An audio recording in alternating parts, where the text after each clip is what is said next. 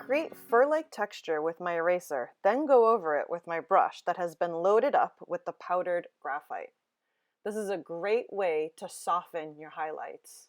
I can add even finer details using the slice tool.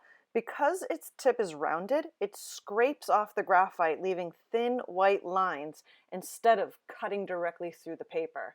It's a great tool and takes a little bit of practice, but I love the results that I get from using this tool.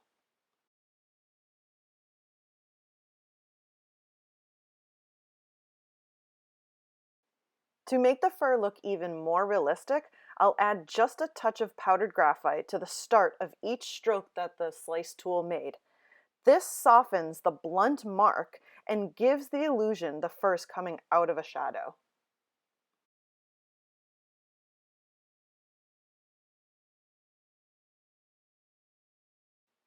I can then use my pencil to make darker, fine lines. This also creates more contrast around the highlights.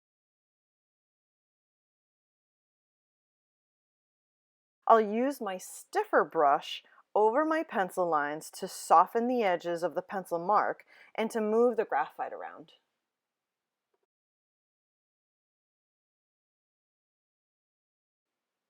I love the kneaded eraser.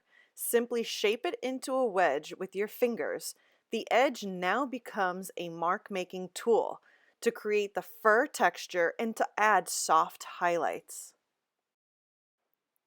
You'll notice throughout this quick video that I switch back and forth between my tools fairly regularly.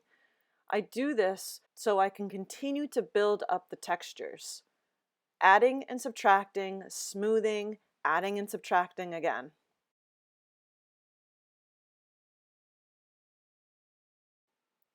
Your pencil is often going to be the best way to fill in really dark areas. It's going to be the most efficient way to get it done. And once I have the area filled in, I'll take my stiffer brush and smooth and blend out the graphite. Thank you for watching, and let me know if you had any questions. I'd love to know how some of these tips and tricks went for you. And if you like the video, please hit subscribe and like, and I'll see you in the next video. Bye!